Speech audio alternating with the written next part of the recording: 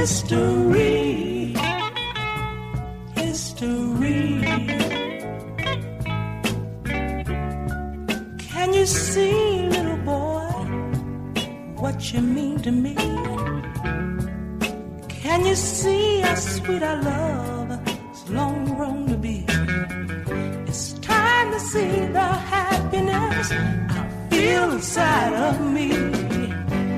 Knowing one thing, darling, this love will always be two lovers, history. Ain't that two lovers, history? Peaches and cream. Welcome to the History Bhoys Abroad, episode 23, the Craig Bellamy episodes. For this one, I'm going to be joined by my pal Gilly. How are you doing, Gilly? I'm alright, mate. Good. Also, your handle on Twitter, at Celtic_Vines, and That's right, the original video guy. So, we're here tonight to talk about 2005, 5-month loan stint, Craig Bellamy.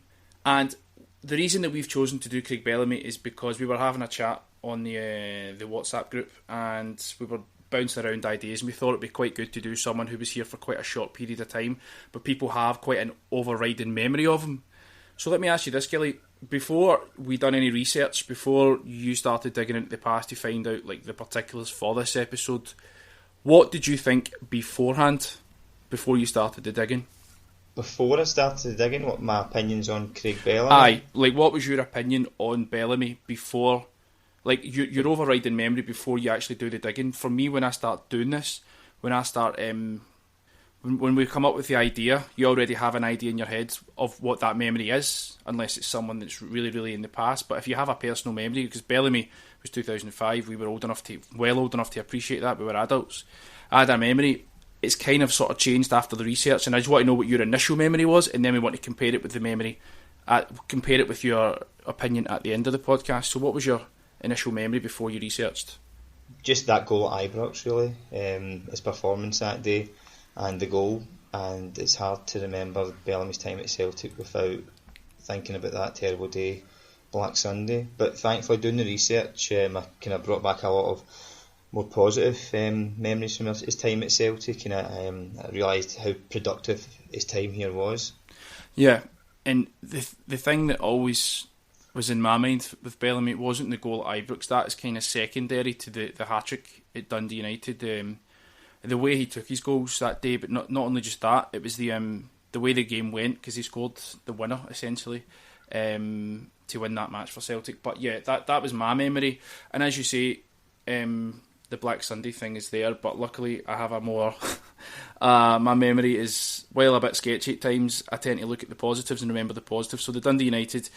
Then secondly, the game against Rangers. Now, there is another goal that we're going to talk about in a wee bit that people probably have forgotten, but it's arguably the best goal he scored for Celtic. But he signed for Celtic in 2004-2005, and this was essentially the last 5 months, the first and only 5 months of his Celtic career, but also the last 5 months of Martin O'Neill's career. Now, we weren't to know about in Martin O'Neill's time with Celtic, we weren't to know that at that point, but things were starting to change at Celtic. There was more of an emphasis on the purse strings being tightened. Peter Lawwell was appointed approximately a year beforehand, and I think he noticed in advance that things were going to be changing for Celtic and for football, not necessarily for Scottish football anyway, because the rest of football seemed to blow up while we kind of got left behind.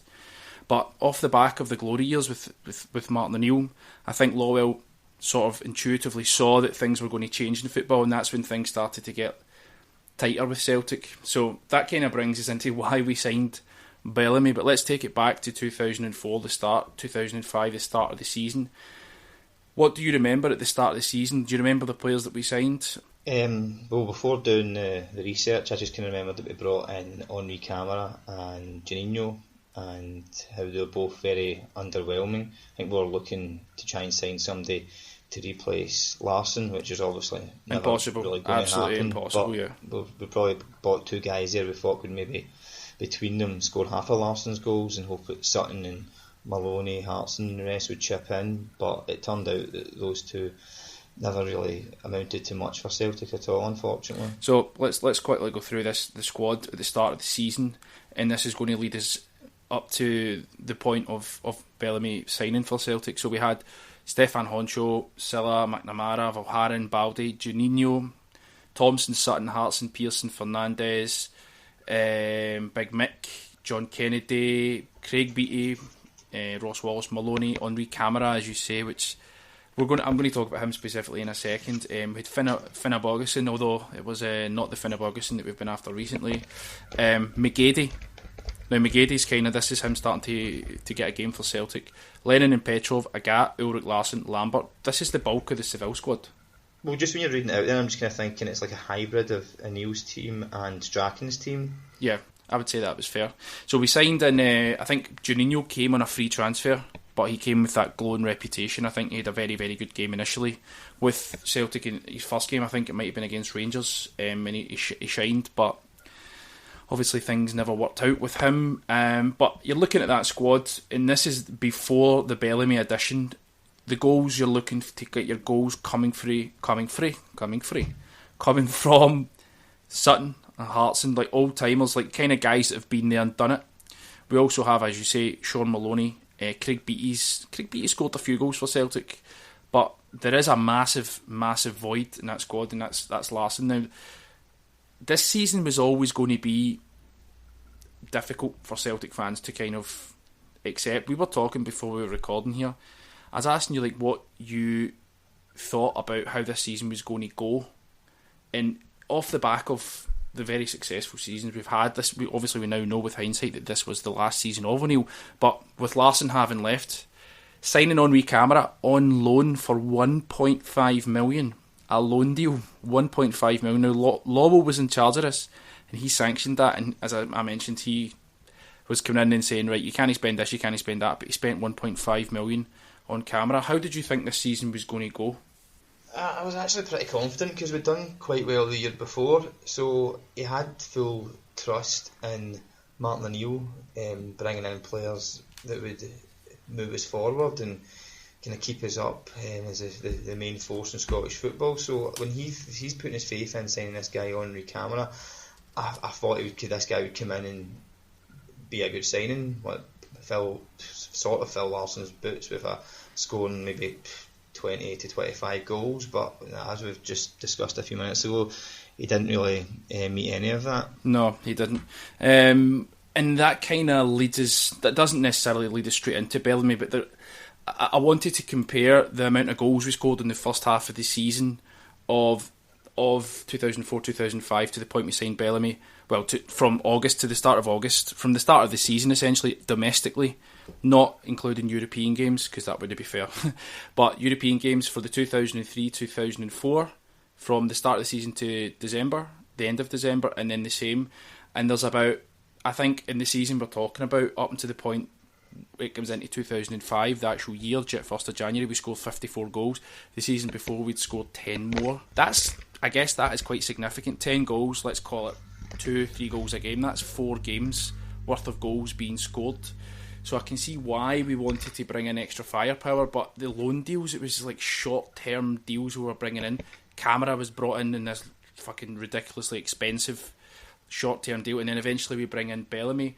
But just to talk a little bit about the build-up to before we signed Bellamy, we were doing quite well until October, when Aberdeen beat us. They were 2-0 up at Paradise, and we levelled. I don't know if you remember this game. Hartson scored a couple, and then they scored with the final kick of the ball, and this was Aberdeen coming to Celtic Park. It's not something that you were accustomed to until even until recent times. You weren't really accustomed to Aberdeen doing anything at all at Celtic Park. They'll come and give us a game now and again, but we used to take goals off them all the time. But they came to Celtic Park on the 27th of October. Is that the last victory at Parkhead? I'm just can't remember them. It's a possibility. It's a possibility. I think they beat us in the cup possibly under Dylan maybe a few years ago. But I think in the league that might be the last victory they've got against us. I actually had a season ticket this year, but I think with the Black Sunday aspect, I've maybe blocked a lot of it out. I can remember a few of the games, but some of them I just have no memory of at all. Yeah, memory selective memory. That's what I have. I tend to have a more optimistic view of how things were, and that's why I tend to remember more of the positive things, like Black Sunday. I still haven't got the balls to watch it. I haven't watched it in the preparation for this. There's no way. Like, I kind of hope that you've rewatched it or you will remember enough about it. I was there that day in the Motherwell end, so I certainly won't be rewatching it. My memories are bad enough. We don't want to talk about that. Anyway, so this was the season. We had an extremely tough Champions League group. Shakhtar Donetsk, Barcelona and AC Milan. Yep, few old friends. And this is when we started to get very, very familiar with these guys. Shakhtar Donetsk were kind of an unknown quantity then, but then from then on in, they started becoming more of a force, like a second-tier European side that were coming in, getting to the semi-finals, quarter-finals, or going for a longer run in the Europa League or the UEFA League. Shakhtar Donetsk, they beat us 3-0 in Shakhtar, in Donetsk, and Donbass, or wherever that is in Ukraine, and we beat them at home, Celtic Park. But the unfortunate thing about that was, I think we only got one win. We drew twice. We finished on 5 points, which isn't bad. We finished bottom of the group on 5 points, and it went to the last game. Do you remember the game against AC Milan, the 0-0? The 0-0 AC Milan? Aye. Nah, away from home. No. It was December 2004, the same season before Bellamy. About 5 weeks before we signed Bellamy, we played the last group game and had Barcelona beaten Shakhtar, and we didn't lose this game. We would have I think we would have went through to the next stage of we would have dropped into the UEFA Cup. So we finished bottom. Shakhtar finished a point above us, but they beat Barca on the last day, in the last game, whereas we drew with AC Milan at home. That does ring a bell a wee bit, but there seems so many AC Milan games. They kind of all blend. In the Champions League, and in the last 16 one as well, kind of all, as you're saying, they all blend in. So if we drew that 1-0, that's easily forgotten. Like, we've played Barca at least 3 seasons in the past 15 to 12 years in Europe. We've played Shakhtar at least twice. 3 times. Aye, and we've also played AC Milan at least twice. Like, we definitely have played them in this season. We also had them in the last 16 with the Kaká thing. The Kaká, the word for jobby in Spanish. Anyway, so we were doing not bad. Aberdeen beat us. It took us up to, this was well in October. We were doing quite well. The Champions League was difficult, but, you know, I think with the Champions League, with these things, it's always good to be in there, although we did have quite a decent squad back then, but up against AC Milan. This is the season AC Milan play Liverpool, I'm sure.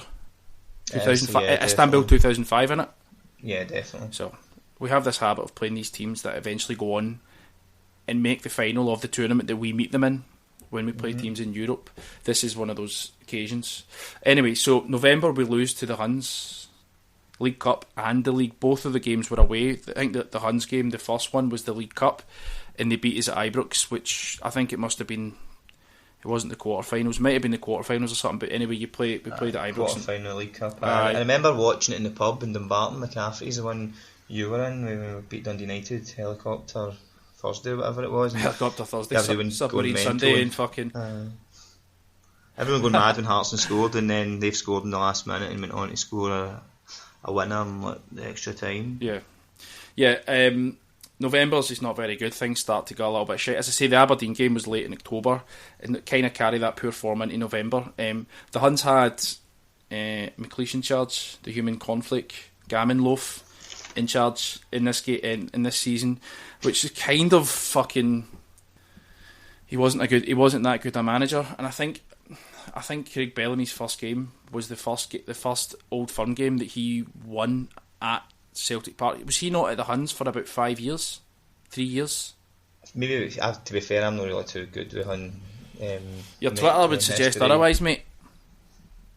You're the stalker. Obsessed. No, I'm only joking. Just bam you up. But anyway, so December, we win all our domestic games. This is 2004. Before we go into the 2005, we signed Bellamy in the January transfer window, of course. We win all our domestic games, but we draw with AC Milan on about the 6th or the 7th of December. You know, we're out the competition, and that's that. But we finished the year top of the league. And as I say, we scored around 54 goals that half of the season. And O'Neill must have been thinking, Henri Camara's clearly not doing it. Now, I looked at Henri Camara's goals ratio, or goals, whatever. He scores, I think he plays maybe about 20 games, and I think he scores less than half that. I think he scores about 20 games. That's including all the tournaments that we've played in and sub-appearances in total, about 20, and he scores about 8 goals. But even his goal ratio is like one statistic, but even his general play was kind of crap, wasn't it? Yeah. Really fitted into the team, and I think when you've got Hearts and Sutton, you need someone that dovetails with them the way Larsson did, and the way Bellamy did when he came. Camera for his assets, having pace and things, it just didn't dovetail with him at all. Quite an aggressive player. Camera? Aye. I think he had that kick out at Alex Ray, but apart from that I can't really remember much else from him. I think he was an expensive flop, he was an expensive mistake, and it's kind of indicative of the season that we were about to have. I think, like, the question I asked you at the start about how you expect this season to pan out, like, after losing the King of Kings and coming into this season and having quite a sustained amount of success with O'Neill, but it was the fourth, I think it was O'Neill's 4th season. Managers don't tend to stay around that long, so I guess you could have been forgiven for anticipating that this season might have had its ups and its downs, and unfortunately one of the biggest downs in recent Celtic history, with the game on Sunday, which we'll have, not the game on this Sunday because we're going to smash the cunts, but the game in this particular Sunday in May 2005. But so we're into January. I just want to ask, do we need Craig Bellamy at this stage? Yes. We're quite close to the top of the league with Rangers from my memory, and they are firing on all cylinders. Novo's having a great season. Purcell, even though he played for Rangers, was a great player. We had an ageing Sutton and Hartson who neither were extremely mobile, and didn't really have anyone else with them. Even though Hartson scored a lot of goals, he needed help up there. So we needed pace, and we got a guy with excellent pace, and we got a great player when we got Bellamy. So we both were talking about how we don't really remember there being much fanfare, or not much fanfare, that's the wrong word, much in the way of like rumours and press and stuff like that in the build up to this. We signed him on the 31st of January, the last possible point we signed Craig Bellamy on the last day of the transfer window. Now this is post Larsson. This should be like post Larsson, before Larsson, after Larsson, before Larsson. It's sort of a time signature. But he made his debut versus the Huns. What do you remember about that game? I remember Vignal shooting from about 25-30 yards, and I could have trapped it, and Robert Douglas was probably one of the second worst goalkeepers in my Celtic memory, managed to throw it in the top corner. Yeah, I remember Gregory fucking Vignal, and he went on to have an absolutely nothing career. Now let's be clear here. This is the real meaty EBT squad of the Huns. This squad is riddled with cunts that were being paid money that they should not have had, but we were still giving them a game, you know? Aye. You agree? I think there's a few Rangers squads that were guilty of that. No. Like, we're talking a consistent window of about 15 years, from the 90s right up to the point we're talking about. Maybe even stretches beyond that. Chat is it stretched since fucking David Murray took over and he gave Souness the job in the 80s. But I think that's the soft loans they're talking about then from the Bank of Scotland, and the ABTs come in the early 2000s. But let's not get too caught up on this. Nah, blanket cheating. Just obsessed chat. Blanket cheating, and you'll end up starting a Twitter poll to see who's got the best bobble hat, fucking Craig Bellamy or fucking Marvin Andrews. But so did you vote? The next game that we played is a game against Clyde. A 5-0 win away to Clyde. Now, I don't know if you've seen on Twitter, but Coach Crumbs, one of the guys from the 20-minute Times. Yeah, one of the guys from the 20 minute. Do you see the photo of? I'm pretty sure it's the game immediately after the Huns game. We play Rangers on the 20th of February. I'm not really sure why it took him so long to make his debut. There's a 3-week delay between him making his debut for Celtic and actually signing for us. So we play against fucking Clyde, and there's this really funny photo of Craig Bellamy squaring up to a guy, I think his name is Sheridan, perhaps Darian Sheridan, and Coach Crumbs, his brother was squaring up. His brother's in the background. His brother's in the background, ready to back up his mate. And this is the do you remember what the comment was that was said?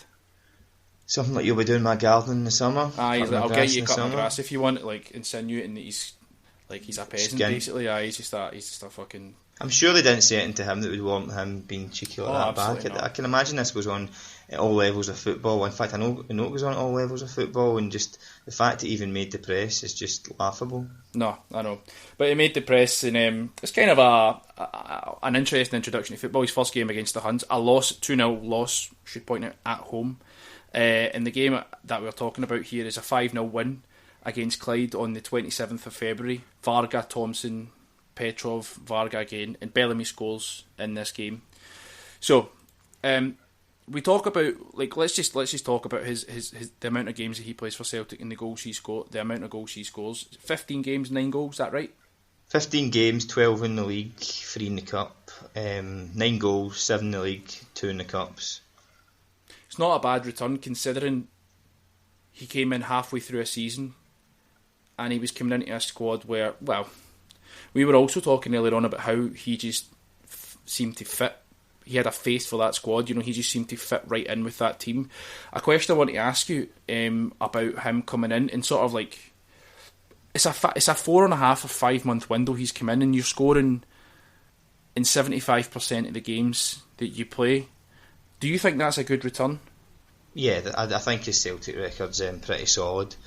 I know somebody in the huddle board was saying that he maybe didn't score in enough big games, and he was maybe pointing to the one against Motherwell in the end of the season with the pressure on, but his goals and his general play certainly helped us get there, and without that I don't even know the league would have been that close.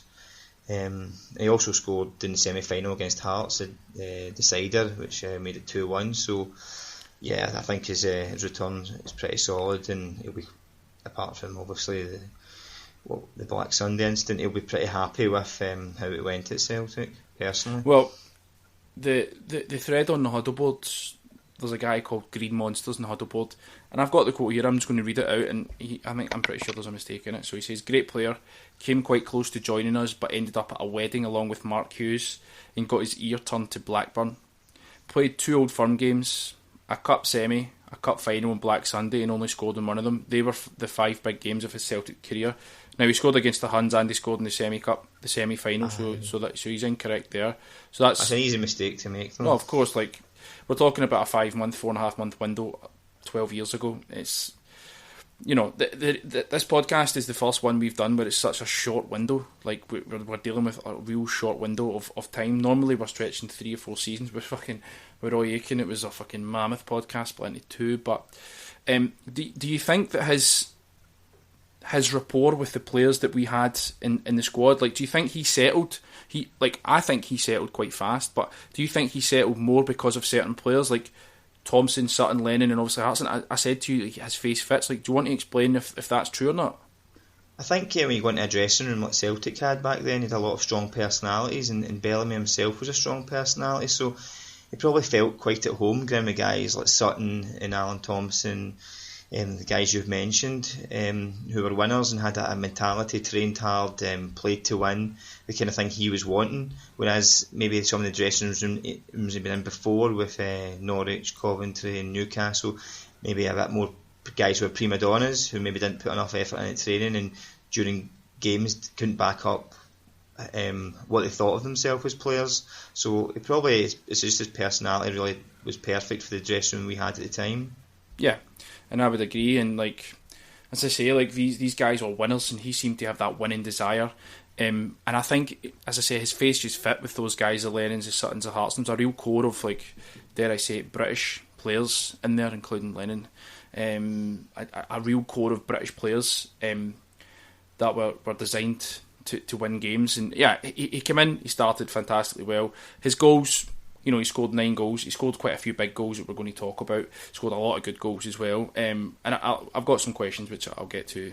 We're speaking a lot about his goals here, but again, like I said earlier, that's one great start. But from doing the research, I realised he created a lot of goals. There's a game we'll probably talk about where we won 6-0 against Dunfermline at home, where he set up 3 goals. He played in midfield. I think he played in midfield that game. I'd imagine, like, if you look at all the games he played for Celtic, his assists would probably be quite an impressive number as well. Yeah. So we start March and we beat Dundee 3-0, but then we have a game away to Hibs March the 6th. Now, March seems to be the month where he's like really cements. I don't know if you want to say his, not necessarily his face, his place in Celtic folklore, if you will. That's me doing inverted air commas here. But the month of March, Celtic do quite well, and he seems to score. And this is the March where we beat Dundee United 3-2, and we also beat Inverness 2-0, and we beat Dunfermline as well, and then Hibernian. I think he plays in 5 of these games, and he has either a goal or assist or both in at least 4 of them.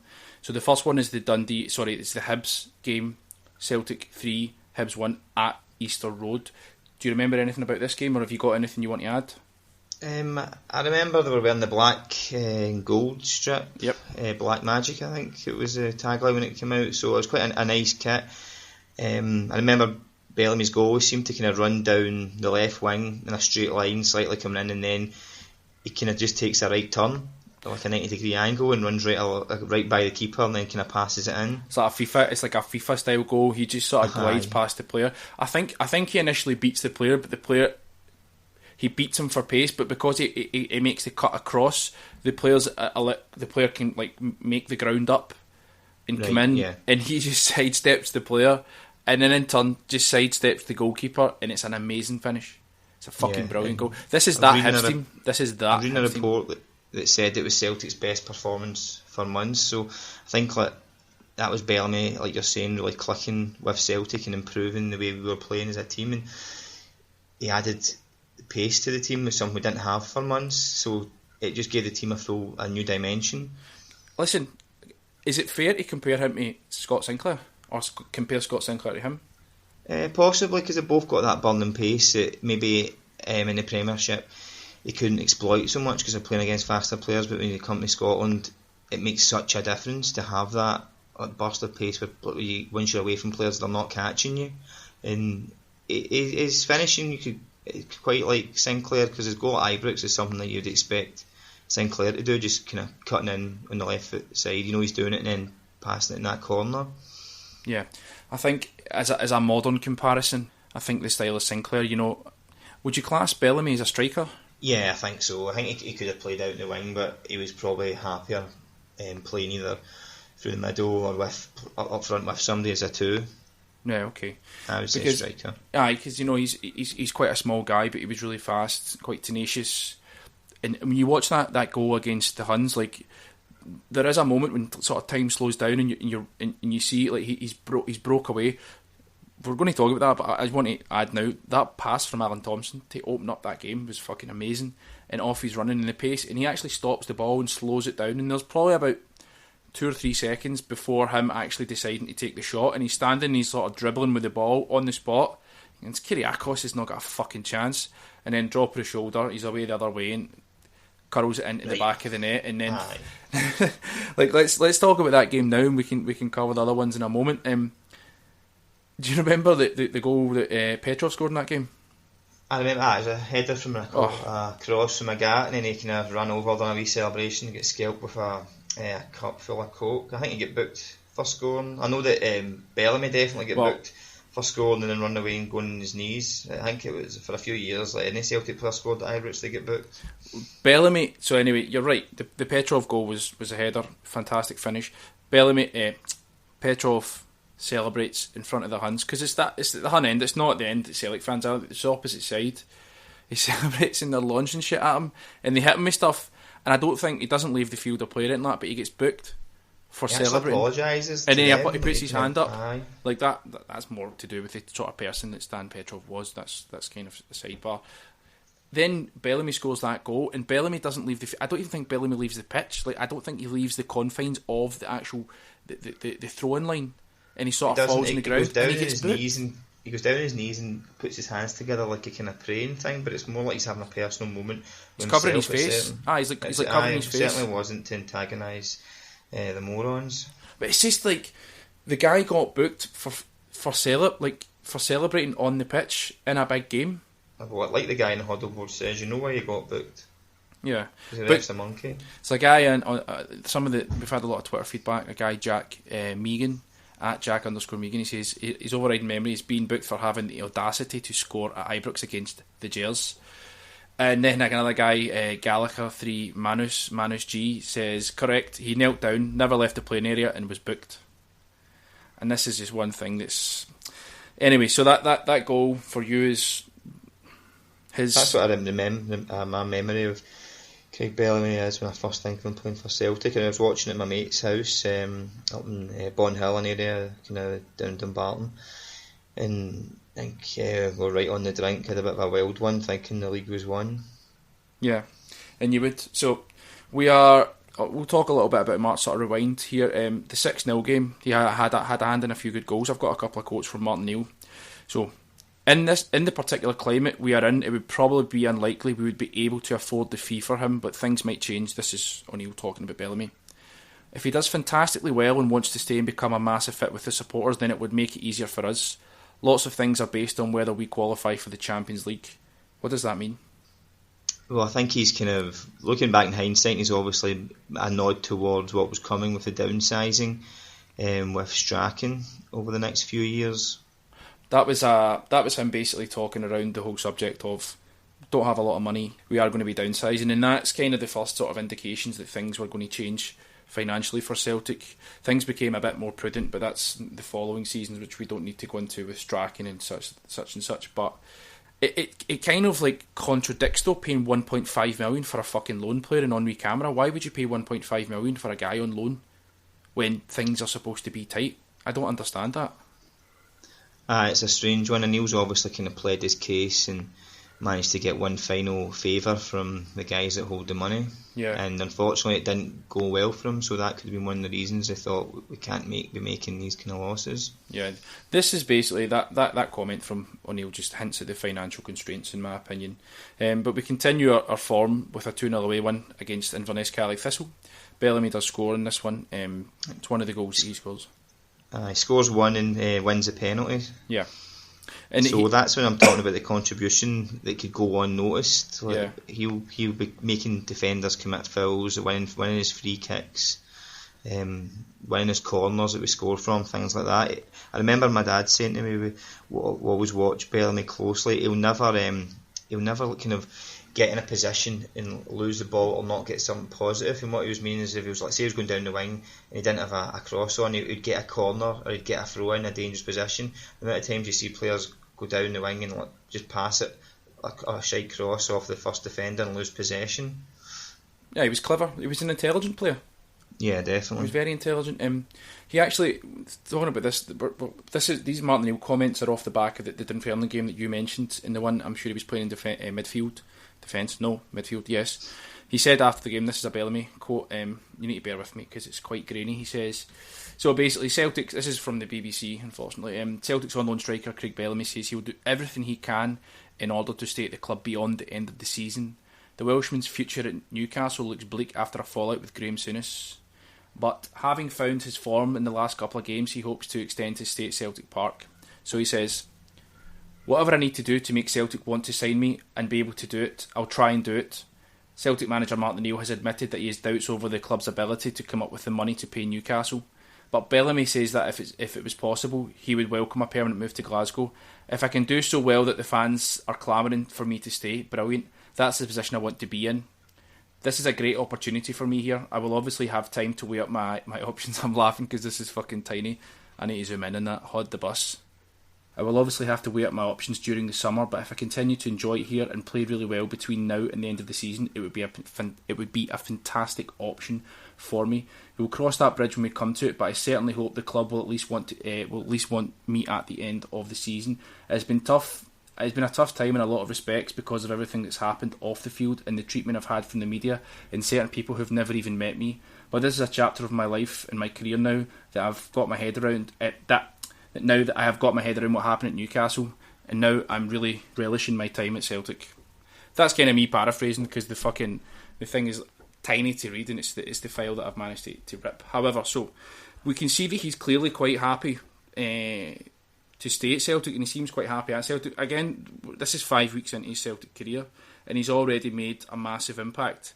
he's already made a big contribution, and he's already been talked about staying, and he's already sort of bought into what Celtic are, whatever that means. So that obviously he scores in the Inverness Caledonian game, which means that we're 1 point behind Rangers. But on the 19th of March, what happens on the 19th of March, Gilly? Bellamy scores one of the best Celtic hat-tricks anyone's ever seen. Space on the right this time for Bellamy. A shooting chance. Oh, that's terrific.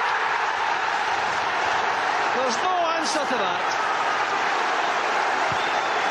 Craig Bellamy denied just 30 seconds ago. Hits the opening goal, which United must have dreaded. I wonder too, Derek, if there was a little bit of a problem there with a new three-man defence, because there was such space in that wide area for Bellamy. Here's Crawford coming back. Good snap chance there for United. It's a good response. The ball played in behind there for Bellamy. Bellamy's pace is ferocious. He's away from Ritchie. Could so easily have been the second. They just can't handle that explosive pace.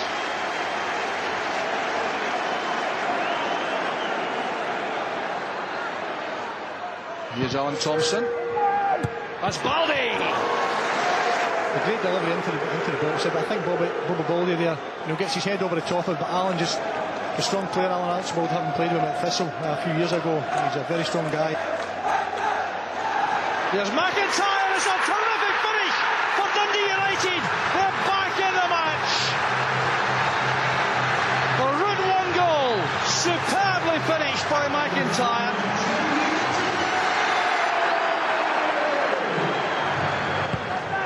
Well turned forward by Ritchie.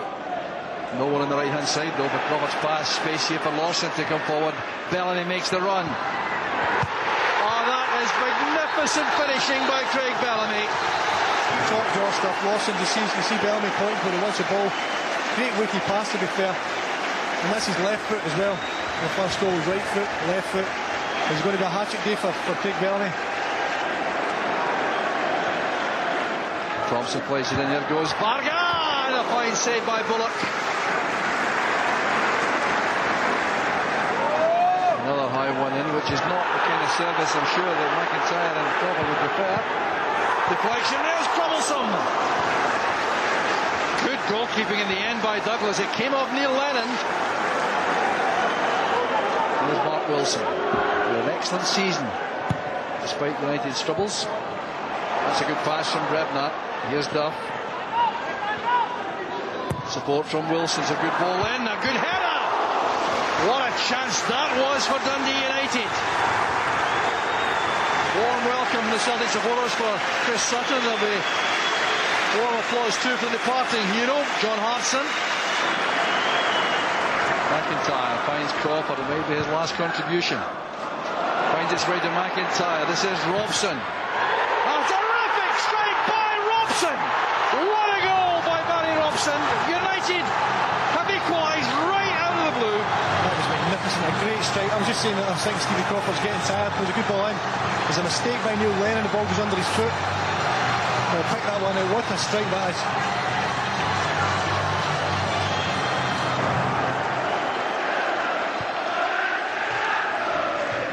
Sutton helped it on. There's Barga.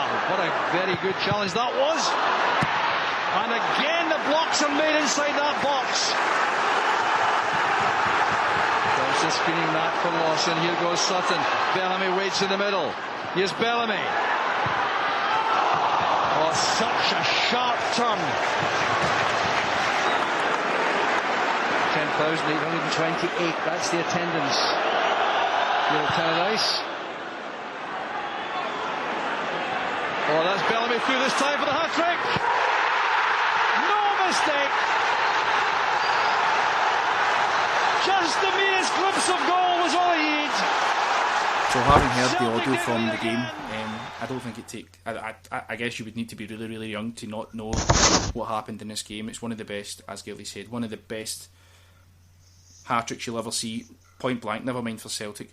Gilly, what was the best goal he scored in that game? What's your favourite? His second goal. His left foot at the side of the hand side of the box, where he kind of just turns and puts it right in the keeper's right hand top corner. we're going to agree. The 3 goals are all brilliant, but it's hard to separate them, to be honest. But that goal, for me, was the best goal. I completely agree with you. I'll explain why. But the quality of goals were amazing, but they were all different as well. The first goal is the one where he cuts inside at the outside of the box, I guess. It just fires it directly across the goalkeeper into the roof of the net. A fucking absolute screamer. Celtic 1-0 the first 5 minutes. Dundee United equalise. And then this goal happens. Do you know who passes the ball to him? For the second goal we just spoke about? Yep. Sutton? Varga. I think it was Varga. Just a Varga. random guess. Varga. So, and the reason that I like this goal more than the others is because he's actually like on the right wing, and he anticipates the ball. The ball's played into the corner of the left hand side corner, the point of the 18-yard box, and he runs from right wing all the way across. His pace takes him past. He has to beat. He's actually behind the defender when he starts running, and he actually goes past him to collect the ball. He doesn't even collect the ball because he hits it first time. Yeah, it's a brilliant goal. I think it's definitely his pièce de résistance. Like, throughout his entire Celtic career, this is the one thing for me this is the one thing that's etched into my brain. Some other people have been saying, the thing with the Huns, like signing. One of my mates said, not signing the Huns. But that was after he'd been. I know, but that was for Man City. When I said to my mate, like, what was the your overriding memories like that? I was like, all right. It was funny, but it certainly wasn't his best moment. But the second goal, and then Dundee United equalised, so it's 2-2 away at Tynecastle. Away at Tannadice, which is a great away day, I have to say. And then he scores. Apart from the one we went to. Apart from the ones we've been to, been to quite a few of the games up there. It was always quite easy to get tickets. Yeah, it's always quite easy to get tickets. Pretty sure it was at the game we went up there. Was Henri Camara playing? No, sorry, not Diamanzi Camara, not Henri Camara, Diamanzi Camara. Just Maldini scored. 2-1, I think. Mowbray? Aye. Anyway. So, yeah, his second goal was great, but the third goal to win the game was also great. I think it was a knock-on from Sutton. He still got a lot of work to do and sort of half volleys it one-on-one with the goalkeeper to win the game. And that's it, hat-trick folklore, written into the folklore for Celtic. To be honest, he could have scored 5 or 6 goals that game. If you watch it back, you can see like he misses maybe two very, very good opportunities to score more. He was just fucking unplayable that day, and it was a fantastic performance. And again, this is like the Celtic and Rangers are going pound for pound here. We're top, they're top, then we're top, then they're top, and back and forward. So like it's every goal counts at this point of the season. So personally, that game is a modern subtle classic. Just personally, again, it's one of those games I watched in the pub in Dumbarton, McCaffrey's. I think it was a Saturday morning, and I'd been out to pressure at the Arches the night before. I think you'd probably have been there, and as you can imagine, not much sleep was had. And as it was the 19th of March, St Paddy's Day, and I was in the boozer with like one of those big Daft Guinness hats with a bottle of Bucky in it, and I was politely asked to leave. But I got back in, got to see the hat trick, and apologies were made. Yeah. And assurances that I would never get caught again. Here we go. So let's move on. That takes us up to before we get into April, let's I'll give you some chat from Bellamy. Some of the comments after the game from Martin O'Neill, and I'm just going to read this verbatim. Celtic manager Martin O'Neill hopes Craig Bellamy's hat-trick against Dundee United will convince the board to find the money to buy the striker. Now, the terminology "find" is quite telling, in my opinion. I'll continue. Bellamy is on loan from Newcastle and is expected to leave the club in the summer. His goals are outstanding, said O'Neill, who realises that his club have a strict transfer budget. I'm sure he will not be short of offers at the end of the season, but we'll just have to find the money. Bellamy's hat-trick ensured a 3-2 win over United, but the striker is targeting the next match against rivals Rangers after a disappointing defeat to their Glasgow rivals in his Celtic debut. I'm desperate, especially after the letdown in the first game, he said. I want to make a mark in Scotland, and people say you get judged in Old Firm games, so you have to watch me in that Ibrox game. I don't want to be going back down south and saying Celtic saying thank God for that. I want to make a really big impression. To play in front of these fans is special. He is absolutely fucking loving it at Celtic at this stage. Aye, definitely. He's bought right into it. I think there must have been some family connection, because he mentioned it in an interview after the Hibs game that Celtic were a club close to his family and close to himself. So he never really elaborated on that. I don't know if it was through religion or some sort of Irish history or just fans of the club, but he certainly seemed to have a connection with us. I think that comes from, he said that the area in Cardiff where he was raised and brought up was a more of a, I think he might have even used the words Celtic area, but it could just mean Catholic Irish area. Yeah. Excuse me. So let's move on. So that's we are now 2005. The Dundee United game is the 19th. We finished that month with there's like, I must be like an international break, which is the case because there's one happening in a couple of weeks. This is round about 12 years ago to the day, Gilly, that game, more or less. What one, sorry? The Dundee United game is approximately 12 years to the day. Yeah, give or take 9 days. Yeah, more or less, yeah. Right. So it takes into April. Yeah, I know. April's not very kind to us. We start, I mean, as I say, we're kind of on the ascendancy after a really good March, but Hearts come to Celtic Park. Hearts come to Celtic Park and beat us 2-0. What do you remember about that game? Absolutely nothing, honestly. I was looking at it today, I read over it, I can't remember it at all, and I still don't believe they beat us 2-0.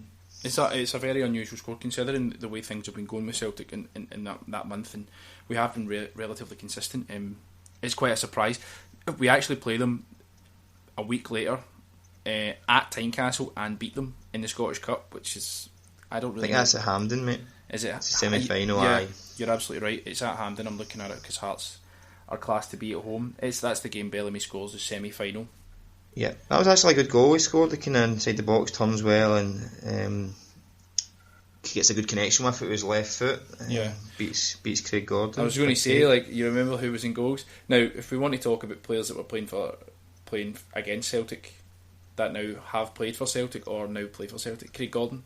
Anyone else in that Hearts game that was playing against Celtic who went on to play for Celtic or have played for them? Presley. Mm-hmm. Hartley. Yep, and Mark Butchell. Butchie, aye. He actually scored in the game at Parkhead, the wee dickhead. I wouldn't have him in our podcast for that. Definitely not. Definitely not. So yeah, he obviously, and then Craig Beattie's in the books of Celtic, and then he goes and that sort of scores against Celtic as well. Got to say that Butchell interview was probably the best player interview I've heard. Yeah, some good stuff when he's talking about the managers and things, and nobody else has been that open. Yeah, the 20-minute Tims are getting some decent guests, doing some quite different things, which is cool. So the next game, after the Hearts game, we play 6 games in April. We have the Hearts game where we fought with the first one at Celtic Park in the league, which is the most important one. We lose. We beat Hearts in the semi-final at Hampden. Bellamy scores. We spoke about that. Then we beat Livingston away 4-0. Livingston at this point were just fodder. Let's be honest, they weren't really anything but fodder, kind of Dunfermline-esque. And something like, I think it's round about this time where Craig Bellamy is, after the Hearts game, there's some chat about him sort of going to a wedding and coming up. He actually, like, he went to a wedding, some wedding in England, like he went down for a wedding and he met up with Mark Hughes at the wedding, who was a guest. So I'll just talk you through what the guy that we mentioned from Huddleborough, the Green Monsters, he said he came quite close, but I mentioned earlier that he was at a wedding and he'd had his ear turned by Mark Hughes at Blackburn. So after that, I found a quote that kind of ties in with that, and the quote is, "I'm really enjoying my time here at Celtic. This will be the first cup final I've been involved in. There's a chance of 2 trophies by the end of the season. I hope to help the club retain the championship. I've definitely been inspired, but when you come to a club like Celtic, it's hard not to be inspired. It's such a great club and I'm just happy to be playing football. I'm playing the position I love playing. I'm playing with the players I like being with day in, day out, and I'm really happy at the moment." Now that does not tie in with what the guy said, but this is around about the time I think there was some chat about him potentially leaving Celtic anyway. So we've seen the Martin O'Neill kind of scrambling to get him to stay. Like, Martin O'Neill's being very quite brazen with the language he's using, saying we need to find the money, you know, we understand the strict constraints we have, we need to find the money, but it turns out he was sort of being courted by loads of other teams down south. Bellamy's only about 26 at this point. This is his prime. Yeah, definitely. If you look at his career and you see where the teams he played for, the clubs he played for, after Celtic, he had 5 or 6 years at top clubs. Yeah, and when you look back at what he has now, his overall honours list as a player, we do win the Scottish Cup this season, but it's probably not the one that he remembers the most. He's actually won a few trophies in his time, which a lot of these people that are coming up from South, like these kind of bigger names down South that come up to Celtic and they win trophies with us, they tend to be the only trophies they've ever won in their careers, you know? Like, some of them go back down South and they haven't actually won anything down South, but they play for a relatively decent side. However, so we beat Livingston 4-0. He pops. Bellamy was playing up front with Larsson, which I'm sure he'd enjoyed. As we alluded to earlier, we're spoken about the relationship he may have had with players. The comments I said at the end there, how he's playing a position with people that he likes, he's enjoying the dressing room. His face fit, you know, Celtic face, he looked like a Celtic guy. Celtic hair, shite Celtic tattoos, but pretty shite tattoos, but that's that. So then comes another moment that's, well, not another moment, but a moment that's definitely forgotten. Aberdeen had that shock result when they played here at the start of the season, 3-2, I remember. It was an excellent game, by the way.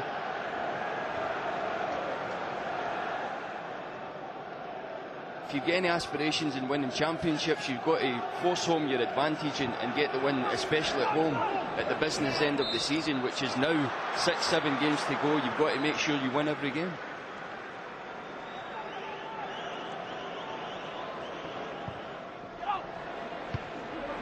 They did get it away. Done there by McNaughton. There's Diamond, he scored! Xander Diamond puts Aberdeen 1 up. The man I was saying was a danger man in the air. It was with his foot this time. The Celtic defence caught flat.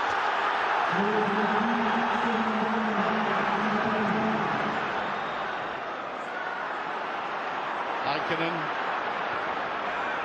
Good ball down the side, it's about pace. Here's Muirhead. Lennon had come across. There's Mackey, he's done it again. Aberdeen are 2 up. And it's almost a replica of the Hearts game. Yep, Muirhead going down the left-hand side, beating Neil Lennon for pace across the front of the goal. And Mackey just sticking it away. It's Van Thompson. The foot in, swing into it. It's a decent one. They can't make anything of it again. And McNamara.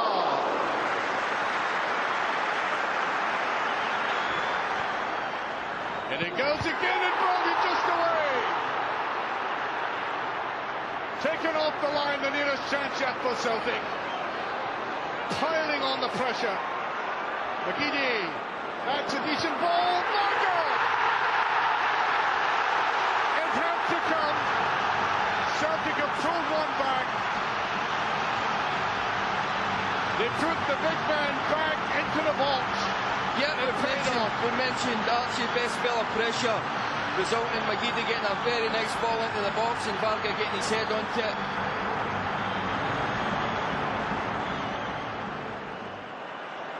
Here's Petrov, good ball to Varga. Can he let fly? Can't quite get there. And it just played away. Good save. How did Bellamy miss it now?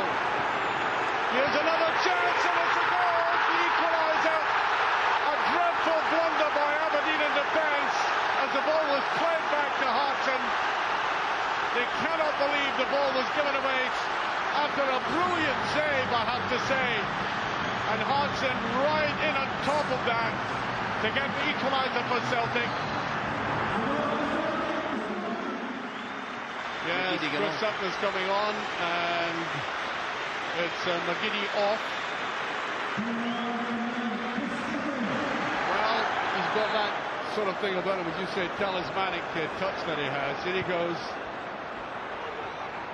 All up there, there's Bellamy! What a spectacular goal! He didn't hesitate as it came across. Bang! One touch. That's all that was needed. What a magnificent finish, Archie, to break your duck with a finish like that at Celtic Park. Stingers got out of Aberdeen at the moment, I think virtually demoralised by the, not just the goal, but the spectacular nature of it. That's good play into Bellamy. Can he do another one? That looked like a penalty to me. Bellamy can't believe it. Martin O'Neill has gone berserk in the touchline. Watch it. Yeah, there's the work of Chris Sutton playing the ball in, and that is a stonewall penalty actually. There's no doubt for me the referee has made a mistake there.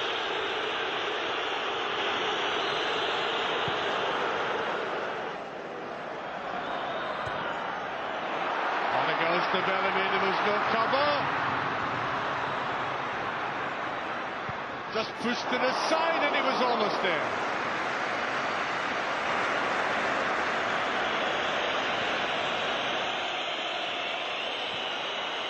Southern. Baldy anywhere. 1-0 to go, so Celtic. So the oft-forgotten Aberdeen goal. Do you remember this game? And if you do, tell us about it. I remember this game, yes. This is one I do remember from that season. This is when I had my season ticket in 108. I was about 6 or 7 rows from the front. So I remember going behind early doors in this game. I think it was 2-0 within 15-20 minutes or something to Aberdeen. It was. And it was probably one of the worst feelings because you knew essentially the league could be over if we get beat. It was actually, as you pointed out throughout the podcast, we were that close with Rangers. It was like we were ahead, they were ahead. So we dropped points against Hearts and we're now 2-0 down against Aberdeen. It was like deja vu. But we managed to fight back, and Craig Bellamy scored one of the best, again, I keep saying this about him, but one of the best Celtic goals you'll ever see, like the volley from the corner and into the opposite top corner from quite a tight angle. And unfortunately at the game, my seat in 108 didn't get a great view of it because it was down the other end, but when you watch it back, it was a brilliant goal. I'll get the gif and I'll put it on to the Twitter feed, but it's from the corner. I think the ball is it's over the left hand side of the pitch, and he's at the back right hand side of the box, and it goes right over the top, and he meets it first time, and it just fires it directly back across. Kind of shite comparison, but Van Basten-esque style volley. Like he couldn't have hit it any better. He could not. It goes back where it came from. Exactly. He could not have hit it. If Paul Scholes or somebody had scored a goal like that, they would still be talking about it today. But this is honestly something that I'd forgotten that happened. This is one of the goals, because obviously he has the Rangers goal, which we spoke about, but it's not happened yet, and we also have the Dundee United hat-trick. But that's him scored. That's a big goal to score. That's a big game against Aberdeen at home when you're 2-0 down, to come back and win 3-2.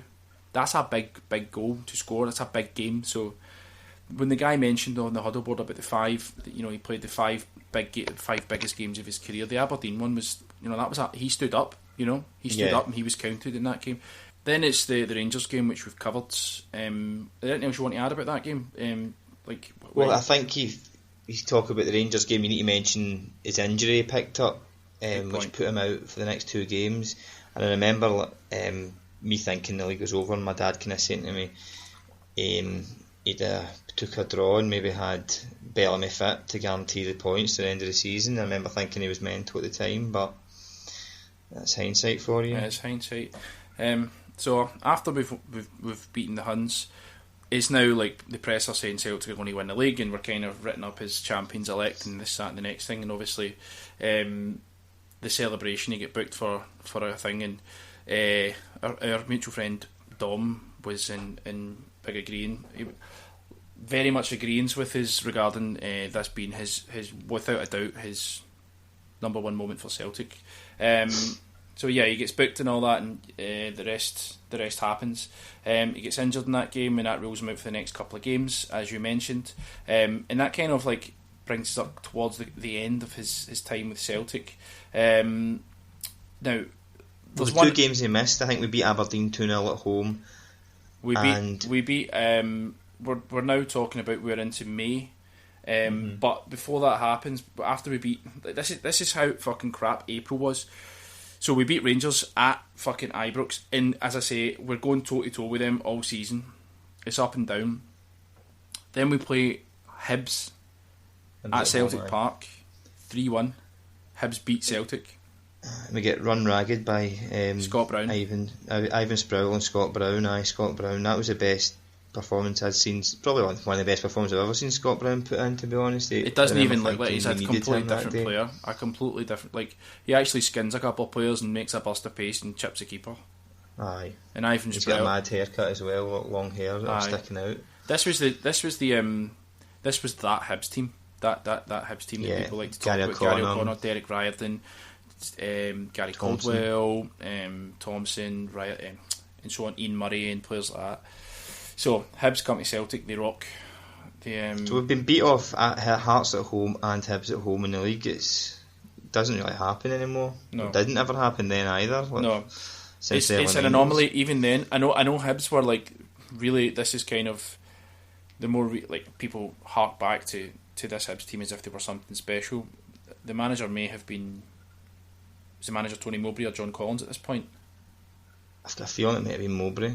Not that it even matters, but Hibs, this is that Hibs sort of like halcyon days when Hibs fans sort of hark back to these guys. I'm not really sure they actually even won anything in the end, but they certainly produced a lot of players and made a lot of money off them, and Scott Brown is now obviously where he is. But so we I think they won one League Cup at some point with that kind of group of players, but I couldn't tell you exactly. I think Collins was the manager, but I don't really know when it was. Yeah, so April's horrible. Hearts beat us, we beat the Huns, but we struggle. We start with a loss and we finish with a loss, and it's just really not good enough at that point of the season.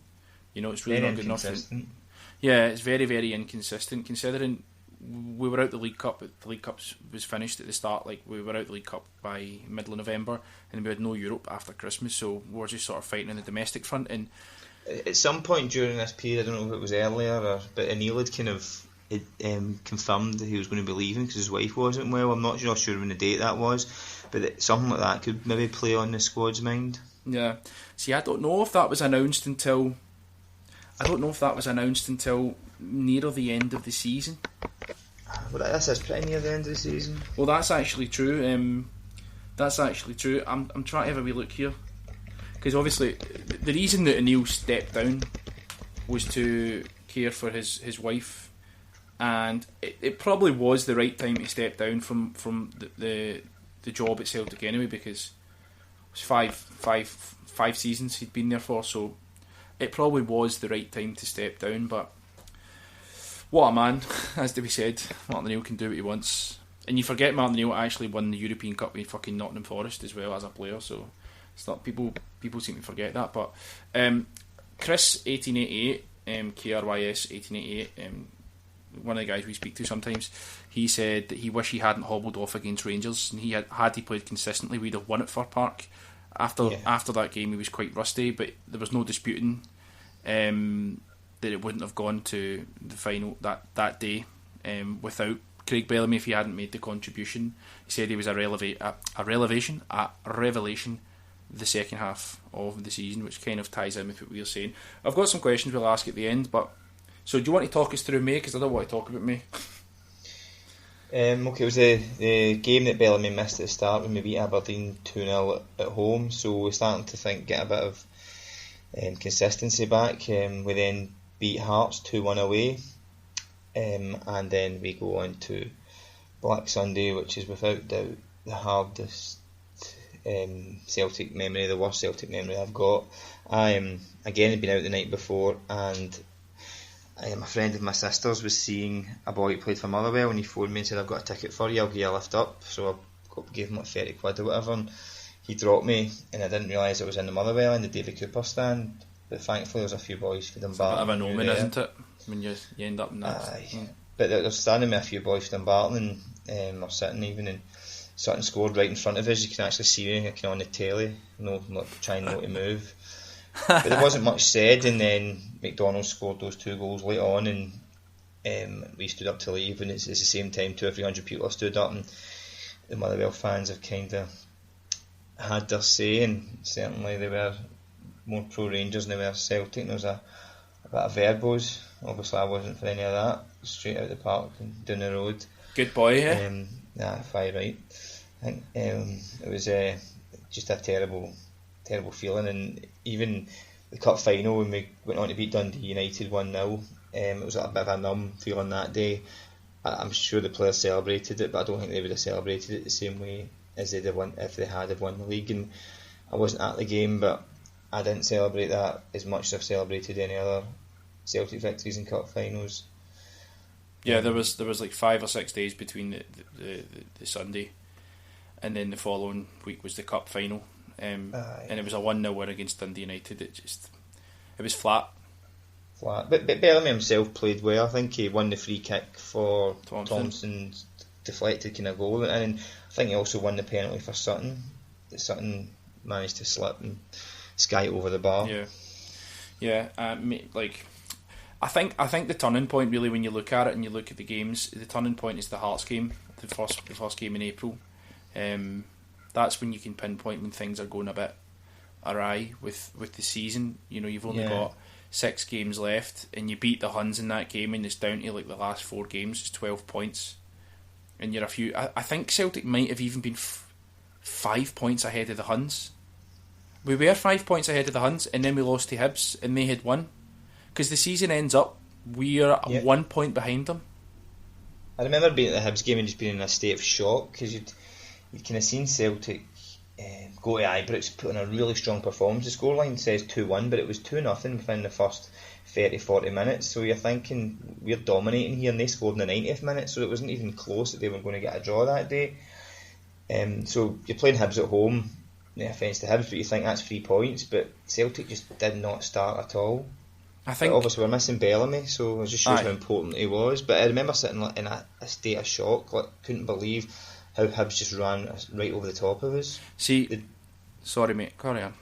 They'd actually done to us what we done to them a month or two previous when we beat them 3-1. It was our best performance for months. And they couldn't handle us, and they just seemed to come to Parkhead and turn the table on us. Yeah, that reverse fixture, and it's very unusual for that to happen. I think it's the same score in both games, but we win away and they win away, and it's very unusual.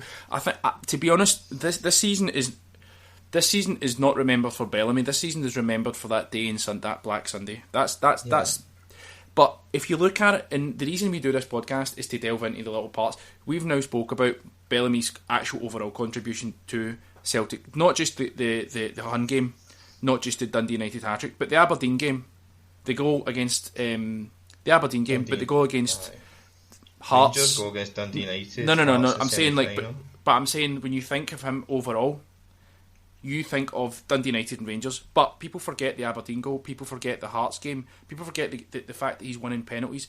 The Dunfermline game, he got 2 or 3 assists, played in midfield, and he's just absolutely lapping it up.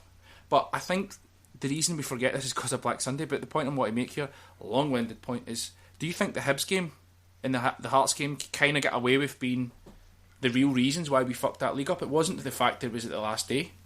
Well, I think about that, even when we lost the league on goal difference a few years before, I hate to say, we lost it because of this one game, because the league is lost over a season. That's how, when you're going through the season and you're maybe you turn a 2-1 into a 2 each, or you steal a victory at the end, you need the players in the club, all the manager, they need to, I'm sure they do, but they need to understand every point can be vital, every goal scored can be vital to the end of the season, and we've lost out tight on at least 2 occasions in recent memory. And it shouldn't be happening, because in both times I think we're the better team, and we should have won the league. But it's small margins where you could pinpoint out throughout the season where we could have stole points or stole goals that would have got us a victory. And it's just extremely frustrating. So it's hard to say, like, those 10-15 minutes at Motherwell we lost it, that's why we lost the league. Like, if it wasn't for the goals going in, we would have won the league, but there's points dropped throughout the league season. I'm sure that in the first half of the season we possibly dropped, I don't know if we dropped more points, but there'll be points in the start of the season when we didn't have Bellamy that he could have won his points. I think people, Scott McDonald was never ever accepted by Celtic fans thereafter. We never fully accepted him. I think when he was scoring goals against Rangers, and he certainly scored a lot of goals, a lot of important goals for Celtic against Rangers and AC Milan and teams like that, but it was always that thing in the back of your mind. It was just never going to happen. What's your thoughts on Scott McDonald? It's hard to blame him as a professional footballer, do you know what I mean? Would you have wouldn't have scored those goals. Oh, fuck it. It's not even a question. It's a rhetorical question. I would have done it for a throw-in. Aye, it's just put the first one in, and then, like, when the second chance comes along, fucking balloon it. I guess I don't know, but yeah, he was never accepted. We have been talking in a little chat in this History Boys chat. We kind of have about doing a villains episode. And Scott McDonald is 100% up with the villains that played for Celtic. Who is it that's on that? McDonald, Viduka, Burley, characters like that. Craig Burley. Craig Burley. Burley. Let's not digress too much. Yeah. We'll move on to a few quotes from the huddle board. I just want to ask you. So a couple of questions. Do you think Craig Bellamy was a journeyman football player? Nah, I think a journeyman's a derogatory term. You say to somebody who kind of maybe plays for a big club and then bounces about, kind of, and goes down the way. But Bellamy wasn't really a journeyman because he was always an important player for most of the clubs he played for. He certainly was for Norwich, for Coventry, for Newcastle when he was playing. He was an important player for Celtic, definitely. For Blackburn, Liverpool, he was always an important player for the teams he played for. I think he was that good that other clubs wanted to buy him, which is why he went to so many clubs. He wasn't a journeyman in the sense that nobody really wanted him, so he just ended up at certain places. Yeah.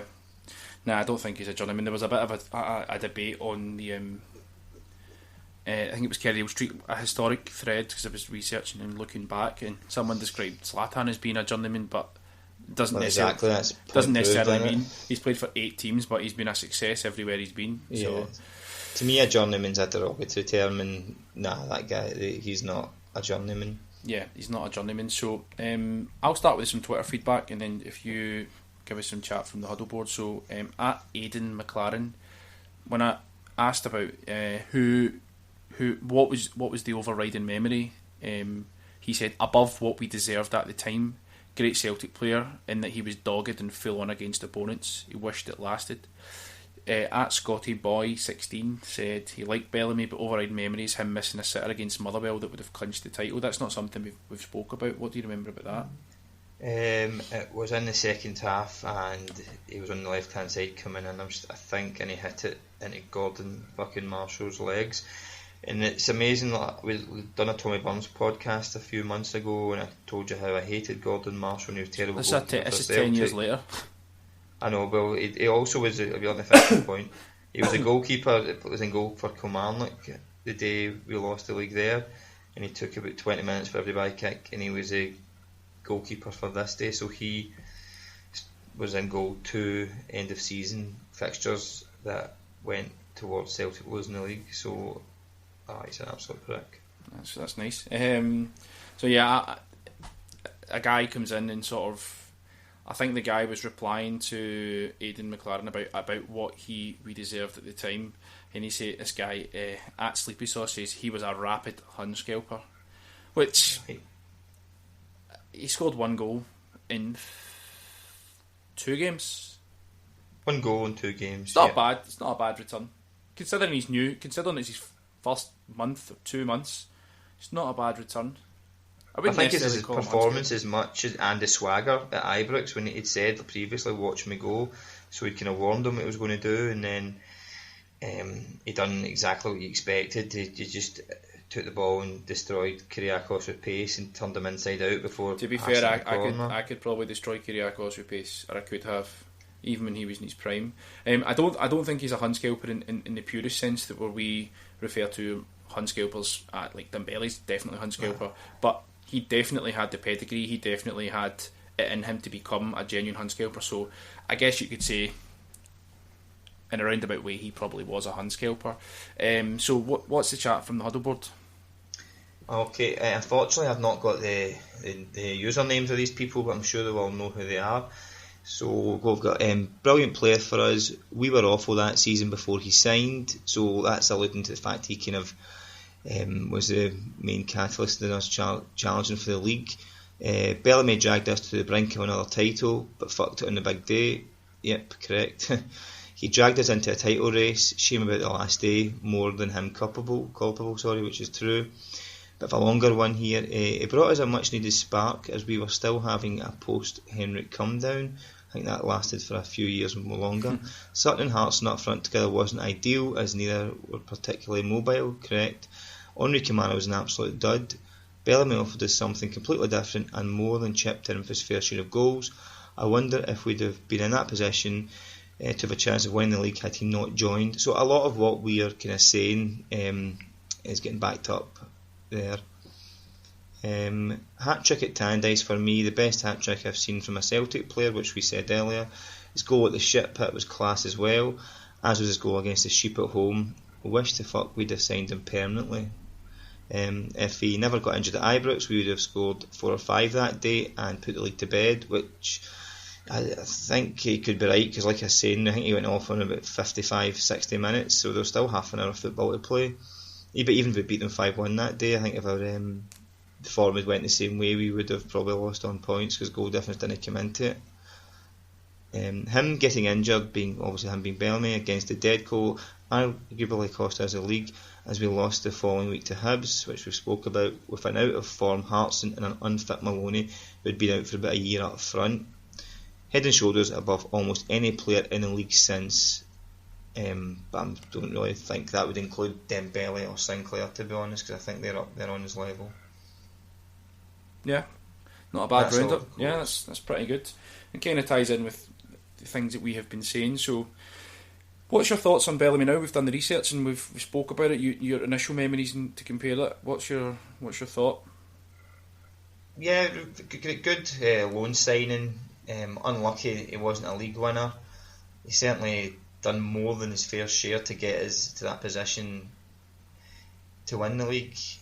If we had 1 or 2 more players with his ability and his tenacity and his fight, we probably would have won the league. Yeah, and let me ask you, describe him in 3 words. Fast, aggressive, and I don't know, just use 2 words: fast and aggressive. Fast and aggressive, that's how I like it, my man, that's how I like it. I actually wrote aggressive, but I've scribbled it out. I also wrote ambitious and I scribbled that out. And I went with determined, ballsy, and I've wrote finesse. And finesse is not the right word I want to say. I want to talk about his technique, I guess. I don't want to talk about his technique. I want to sort of point out that he had technique and ability. He just had a lot of ability. He was a really, really good player. He wasn't world class. He was also very assured. Yeah. He knew he was a good player and he knew he could back it up. So I'll put that in as my 3rd word: assured.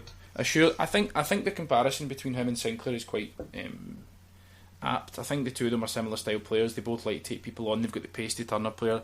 They can score a variety of goals. Big game players. So yeah, Craig Bellamy. This was an interesting one, quite a short one. Anything else you want to add on Bellers? Not really. Just it's unfortunate we never got him for longer than the loan period that we had him. But I think, as we touched on earlier, it was quite symbolic of the change of the big spending Martin O'Neill time to the Strachan era, when it was kind of a lot tighter with the old finances, which thankfully has put us in a strong position now. We're reaping the rewards of prudence back then. Yeah, he just happened to be there at a point of transition, when the old guard was kind of being phased out, if you will, and then with Martin O'Neill leaving, probably Martin O'Neill leaving had a big impact. Maybe I would imagine had a big impact on whether he was staying or not, whether he would have stayed, or whether the board would have backed up. The board probably saw the chance to sort of keep even more money when Strachan took over, which would have probably priced us out of getting Bellamy. So I think the fact that Martin O'Neill was leaving and transition was about to take place, the end of an era, Bellamy was not going to sign for us in the end. It's probably something in that. I think Strachan wouldn't have been able to manage Bellamy as well as he did, as well as Martin O'Neill did. Martin O'Neill was renowned for being a great man manager and putting his arm around players, troublemakers, and getting the best out of them, like Larsson and Lennon and even Thompson. But Strachan kind of would fall out with players, and then that would be the end of it. He didn't have the same man management skills as O'Neill, so there could have been a bit of a clash of personalities. A clash of personalities indeed. Both kind of wee guys with that wee man syndrome, and only one guy was going to win if it came to that way, a player and the manager. So. Yeah, I think something that I added on Twitter just to finish here, to round off. Bellamy spoke about how he was really looking forward to playing with Martin O'Neill. There was an aura about Martin O'Neill. He knew Steve Walford, he knew John Robertson, these kind of unsung guys that were real, woven into the management of Celtic. It wasn't just Martin O'Neill, there was a full capable team of guys behind him, much like Brendan Rodgers has now with Glenn Driscoll, Chris Davies, even John Kennedy. But yeah, I think there was after he left Celtic, and even recently there was an article and he's saying he loved playing for Celtic. Anyway, I think that'll do for Craig Bellamy.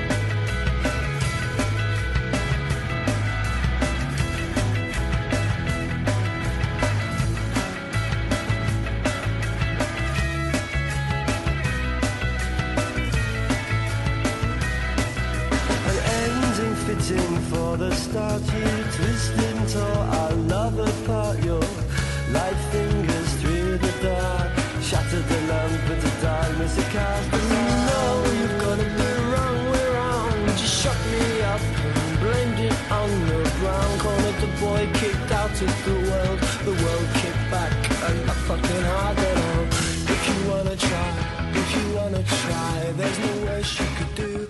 I know you lie. We have an unusual preview of the Celtic Rangers game on Sunday the 13th of March. Me and my friend Freddie, we're on the bus to the CSC in Madrid. Just want to give a wee quick chat about what we think is going to happen, and then obviously you're going to hear what's going to happen after we do a review of the game. So anyway, Freddie, how are we doing? Buenos días. ¿Quieres que opino yo algo del partido o inglés mejor? Muy bien. Even better in Scottish? Better in Scottish. Okay. Mejor in Scottish. How you doing? Hail, hail. So, what do you think of the game? I feel very confident. I feel really, really good about the game. I can't see any way that Celtic can come away with anything other than a victory. Don't know in terms of the scoreline or anything. I'm not going to make any predictions on that front, but I'm feeling very, very confident about the result, that's for sure. What are you thinking for starting today? I think one of the main talking points between Celtic fans is I think everything picks itself except for the back two, and obviously the Beaton role. Would you go with Beaton, or would you go with Kouassi? Would you go with Armstrong, or who would you pick for the central defensive pair and also the defensive midfield pair? I think Rodgers might well go with Beaton in terms of just trying to give us a wee bit of solidity, and he's quite a calm player.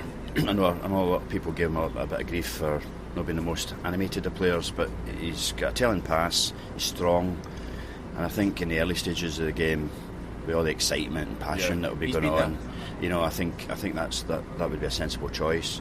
I'm going to sit and guess Brendan Rodgers in terms of what's going to be the best selection.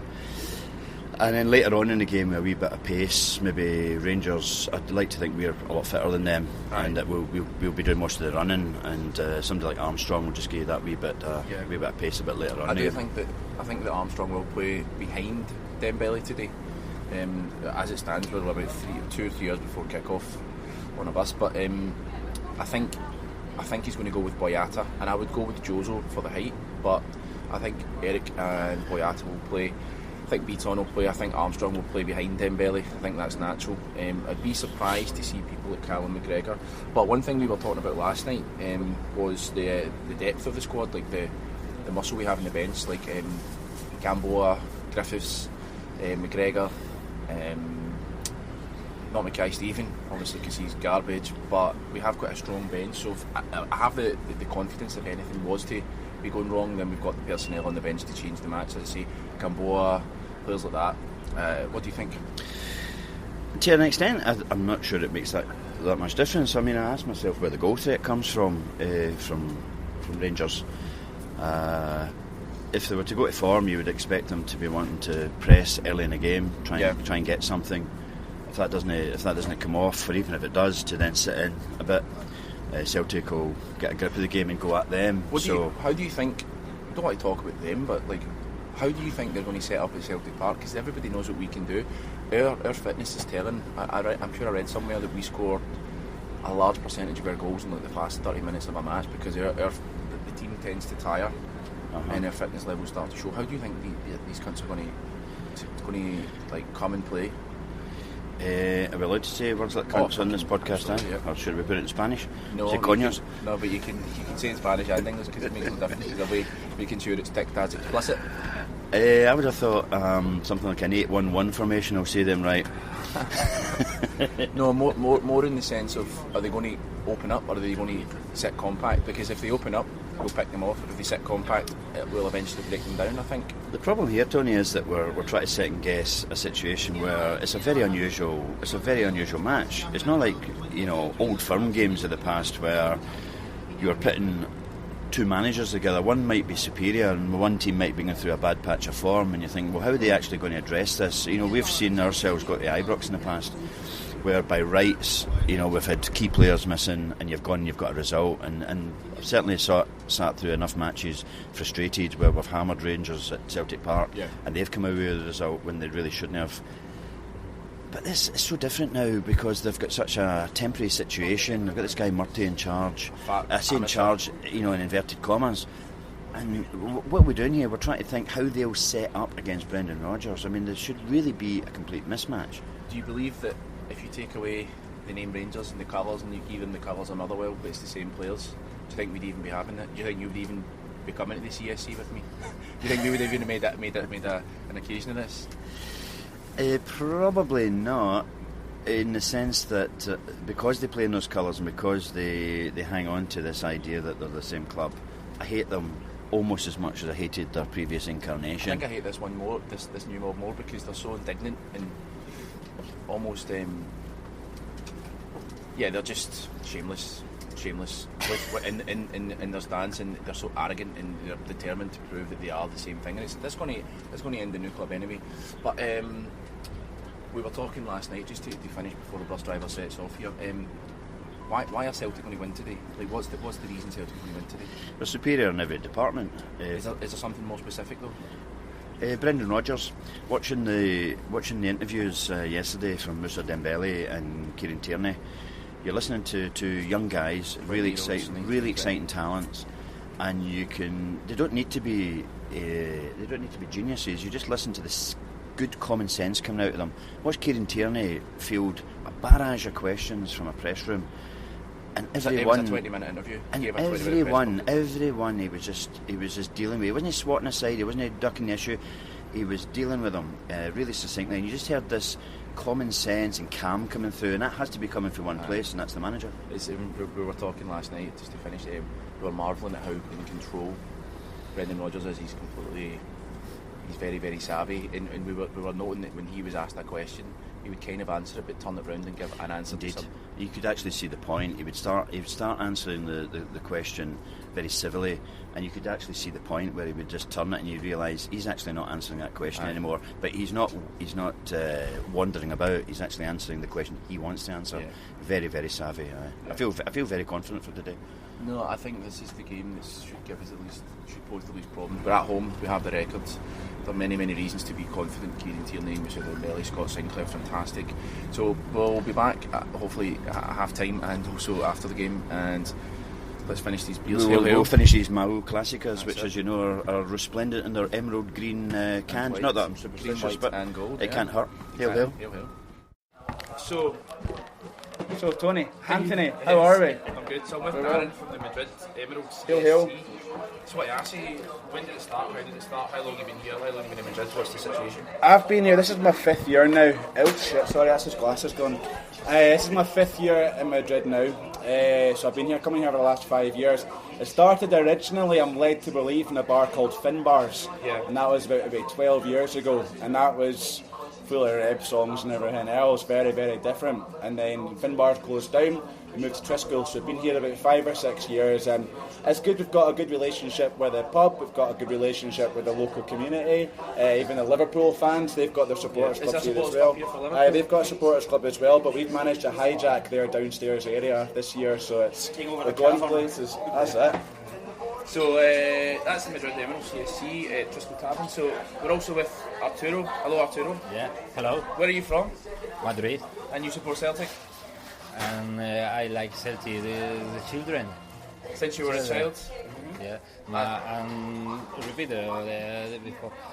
All my family is from Galicia. And is there a in Galicia, Celtic, muy English is very bad. The connection, the Celtic connection in Scotland. It's very obvious. Island. So in Galicia, Celtic are famous. Celtic are people know Celtic from Vigo area and Lugo area. In Coruña, yes. Yeah, okay. Well, that's cool. I never knew that. I find myself all over Spain I go. For example, 2 or 3 years ago, Celtic played Eibar in a summer friendly, and a wee squad of us, we went up there, and incredible. I mean, they all knew Celtic. So that was their, I think it was their 40th anniversary or something like that. They wanted to play against Celtic. And if you go to Eibar, you've got Escocia La Brava written. I mean, it's incredible. I know it's. We seem to travel well, the Scots and the Celts together. You know, we seem to travel quite well, Tony. So, what do we think of the first half, Freddie? Well, it panned out pretty much as expected. I don't think so. I think Celtic were poor, but we still scored. Other than well, come to that. But in terms of Rangers coming out the traps fast, as we said on the bus on the way up. It's really all I've got, you know. The thing that was disappointing for me was that we played the ball a lot in the air, or we allowed it to be played in the air instead of getting on the deck, because football wise they can't match us. Desperate lunges, appalling.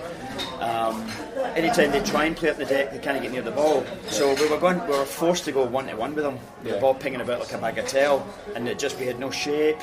Sinclair wasn't in the game, so now that we've managed to get the goal, I think I expect to go calm down a wee bit, zip the ball about a bit more, and we should really steam on. If you looked at the stats there towards the end of the game, at the end of the first half there, it was ridiculous. I think once Celtic scored the goal, it was quite evident that we were then starting to get a bit more confidence, start to play a bit more. And it's also quite telling, I think, that when Celtic are playing quite poorly, but we're still winning games. And that just shows what we're up against today. I don't think Rangers are that good. That's certainly a marked change from last 3 years under Dyla, certainly. Looking back to whether it be Champions League, Europa League or SPL, the moment that plan A wasn't working, Dyla never seemed to have a plan B, but I think that's why the Celts really get behind Rodgers, is the fact that he's got a plan B, C, D, E, F to Z, and there's always he's constantly tinkering, constantly changing. I think a bit of credit also has to be given to Rangers. They've come out there without a manager, they've come out and really pushed forward as we thought they would. I thought it was going to be a tight first half. I wasn't expecting a 3-4-0 Celtic by half time, but I think you're right. I'm certainly not going to give them any credit for being sent out to throw themselves down the two-footed channel. Some of the tackles are, some of the tackles are. Is that not an old firm? Is that not an old firm? Yeah. If it was Bruni putting in tackles like that, we would be saying get in there. Bruni has put himself about a lot in that first half. In fact, and I think actually that's why we find ourselves 1-up at half time, because he was the difference. Apart from Brown is all over the pitch. Scott Brown. Yeah, he's all over the pitch. For me, the best player technically today in Celtic is Patrick Robert. Yeah. And he's on the bench, and that's a good thing, because we have the bench today: Griffiths, McGregor, Gamboa, Roberts himself as well. It's a very strong bench, so it remains to be seen. So what are we thinking for the rest of the game then? I think we'll kick on from here. I think the half time suits us, because Rodgers will win and he'll have words. I think he was getting to that point. I think Celtic are pretty sluggish, to be honest, but the fact that we're still winning tells me that Rangers are in the level. I think if we can get Sinclair into the game, if he can get himself more involved, we'll really start to dominate. Yeah. Any last words? Last words? Yeah. No, is this it? I've got a pint to finish. Let's do it. Hail. So, one each. The result feels like a loss. Feels like we never really got going in that game at all. Feels like we had that 15-20 minute window when we scored the goal. We kind of controlled the game, and we kind of I actually felt very confident from there on in, but I never even considered they would even be close to scoring. But in hindsight, they had probably better chances than Celtic. Well, they gave certainly as much as we did to the game, that's for sure. What I couldn't believe was that in the second half we allowed ourselves to be drawn into playing their game rather than our game. We'd finally managed to get our game in action towards the end of the first half, but in the second half we started playing their game again, ball in the air, fighting 1-to-1, scrappy stuff rather than zipping the ball in the deck, letting it do the work, where we clearly had the beating of them in terms of actual football. And for then on out, I mean, I'd say the last 20 minutes, last 25 minutes, you were thinking, really, we need a goal. Yeah. We actually need a goal. Yeah. Very, very disappointing. Although, that said, you would have thought that in the dying moments there, we would have certainly had a pretty good penalty claim, I would have thought. There's no denying it. You ask yourself, what did the referee see? Yeah, like, what did he see? As you said, he's a hunt. Like, we're having this conversation consistently through the game. He's a hunt, just like referring. He is a hunt. Why did he make a decision? Because it's undeniable. But it wasn't. I mean, what does he see? There's two fouls. The first one is the tug. I think the tug is outside the box, and then the actual he impedes Griffiths as he goes to hit the ball. Well, he brings his leg right across Griffiths. He gets nowhere near the ball for a start. I mean, none of them, because he does that, none of them get near the ball. Of course, Griffiths can't, because he's in the process of being fouled and being brought to the ground. But I just can't understand what the referee sees. He doesn't see a defender's leg anywhere near the ball. That's for sure. So what does he think, that Griffiths just fell? It's because he is a Rangers fan. But that said, we were our own worst enemy. We didn't really turn up today. We were poor. Two of our star players, Dembele and Sinclair, were posted missing. We had some weaknesses dotted around the park, with some notable exceptions. I think the whole team was poor. Exceptions being, for me, maybe Gordon, Brown, Armstrong, and Tierney, of course. But you know, never done much. Eric at the back, poor all through the game. I don't want to talk about overconfidence, because I don't want to say that, but that should have been a routine win. I think the occasion gets to the players. A lot of the players mentally, as we said before, you take those Rangers players and you add them to another colour of a team, another team, and you're not concerned at all. You know, that's a Motherwell, that's a St Johnstone level of team, and they come to Celtic Park and you eventually roll. But the occasion kind of got to some players. The most frustrating thing for me was we allowed them to do what they wanted to do. Well, I think that's when they're they not showed. even that. Sorry, but they're not like. They don't have a lot of quality at all, and they tried to stifle us, and they did that for most of the game. I think that showed when we had control of the ball and we were playing our game, they looked really, really, really poor. But when we were slack and we didn't do that, they competed and they got, they actually sort of played outside themselves. Like, compared to what I've seen them in, highlights and stuff that I've watched during the season, they've looked atrocious. But today, when we allowed them to play, they weren't actually bad. They played to their strengths and they harried us. But we totally allowed them to do it. That feels like a loss. It'll be a win for them, it's a loss for us. We're all downhearted. You even see the players face it, and they're throwing their shots into the crowd. I mean, that shows you the difference in the feeling of that result. It feels like a loss for me. The run, the winning streak is over. That's us dropped 4 points. I'm inclined to take the positive being this. For them, they're going to think it's all going to be, they've turned the corner, they've brought in their new boss, that's it, they're going to kick on. He must have been whispering words in Murty's ear beforehand, and this is going to be the future. They can go toe to toe with us now. Right, fine, let them have that moment. On the quiet side, Rodgers will take stock of that with the cup game coming up. I'm sure he won't make that mistake. I'm sure we won't see that performance again from us. The thing is, I would rather have dropped points today than drop points at Ibrox. And also, to be honest, the undefeated thing, we're still undefeated, which remains, which is fine. There's a debate that happens within fans where they try to decide between undefeated and the treble. The treble is obviously the main thing, so I'd rather drop points here, a bit of a wake-up call. The last few games have been pretty shite, to be honest. Wherein we started slow, eventually they fit in the shore, but today we just, like, as you say, two best players, Sinclair, Dembele, didn't really turn up. I think with the Scottish Cup game coming up, it was all about mind games today. If we'd really demolished them today, it would have destroyed them for that cup game. They'd have been getting into that really shitting themselves. As it is now, I mean, a defeat today would have put them in a very strong position mentally. But as it is, I think it could work in our favour in the sense that they'll be overconfident getting into the cup game, I would have thought. Yeah. And if Rodgers will, he'll look at that and he'll identify just exactly why some of our players didn't show up today, what he can do it. I would imagine the cup game will see a different Celtic against them. He made 3 subs today, which we were talking about. He made the sub at half time, which was quite... I guess it was the right sub to make because I think he wanted to go quite attacking, and then obviously he brings on Griffiths and Griffiths comes on, and we were talking like, where's he going to play, and then you see Griffiths make the signature. Yeah. He uses his hand to point. He's only played 4-4-2, which we think was 4-4-2. When you're watching games of this importance, looking at formations is not that important. But he wanted to kill the game, but it just we allowed them to play it, and yeah. I think one of the wee problems we have got is that Sinclair and Dembele, they're almost impossible to take off. Rodgers wanted to take them off, and Sinclair really didn't deserve to be on the park at the end of the game there. I really felt, I mean, you heard me, I've hardly got a voice, of screaming for Sinclair to get himself in the game through the whole duration. I just felt if he could get himself in the game, then he would bring Dembele into it. 83 minutes, don't worry. Sinclair, he'll get into the game. He'll get into the game. This blind optimism, I'm like, mate, we've got 10 minutes left. So it's true, like we were both like patiently waiting for Sinclair to like switch, but it just didn't happen for him, and like I don't know, it just seems like it feels like a loss when the final whistle went. I mean, we should have had a penalty, but we should have. I mean, we can talk about that until we're blue in the face, but we can talk about that, but in all honesty, we never really got going today, and that's kind of indicative of the last few. I know we're scoring a lot of goals with the winning stuff, but it just seems... Well, I often think back to Martin O'Neill when he came to the club, and we thumped them 6-2.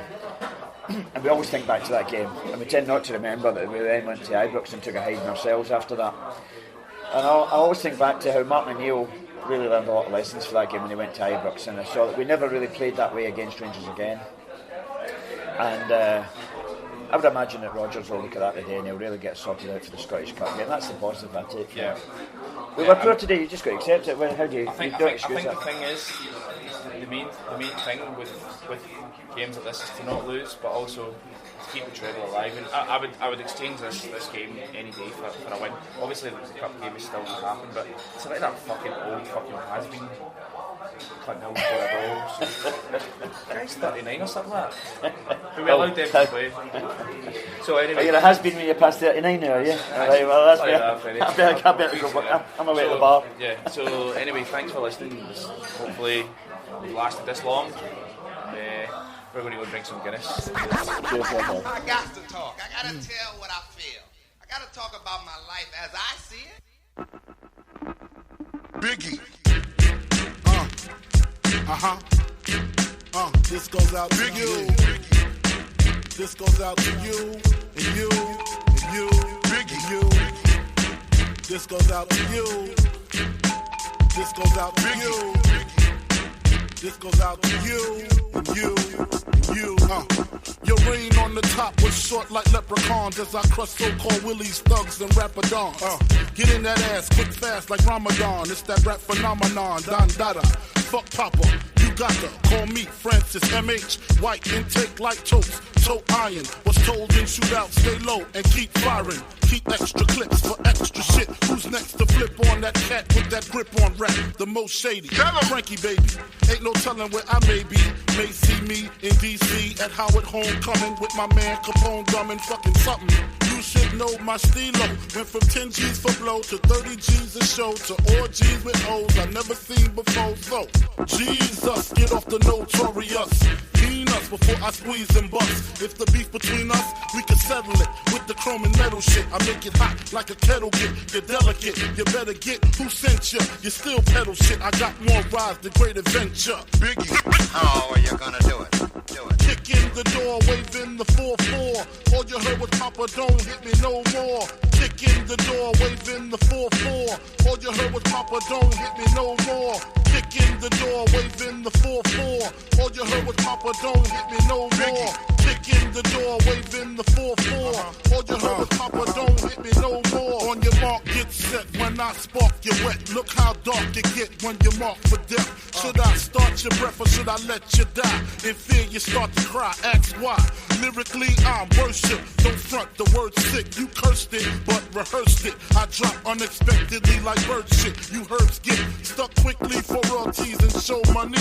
Don't forget the publishing, I punish them. I'm done with them, son. I'm surprised you run with them. I think they got coming them, cause they nothing but dicks. Trying to blow up like nitro and dynamite sticks. Mad I smoke hydro, rock diamonds, that's sick.